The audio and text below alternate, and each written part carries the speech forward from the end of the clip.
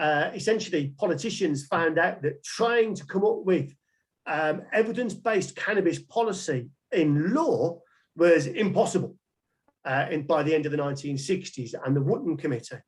So I think what I've discovered is that what they did was they've outsourced big questions like, well, how much cannabis should be considered as possession for personal use? How much is possession for a supply?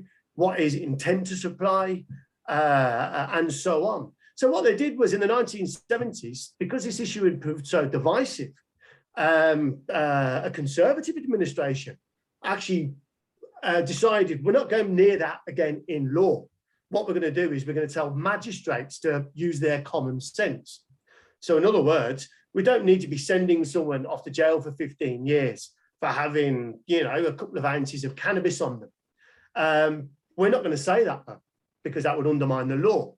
What we're going to do is we're going to advise magistrates to impose sentences that reflect common sense. But then the magistrates discovered across the 1970s, they didn't want to get tangled up in this.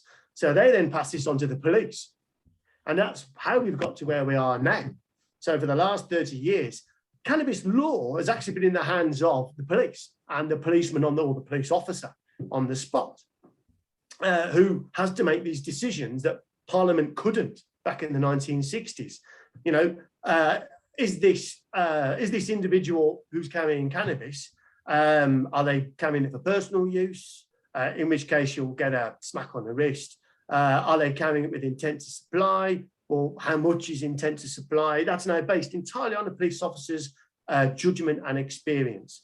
So if you really want to understand how British laws on cannabis work now, don't go back and look at the history of the law on cannabis. Go back and have a look at the history of how cannabis has been policed, because it is police officers who are deciding every day what the law on cannabis is.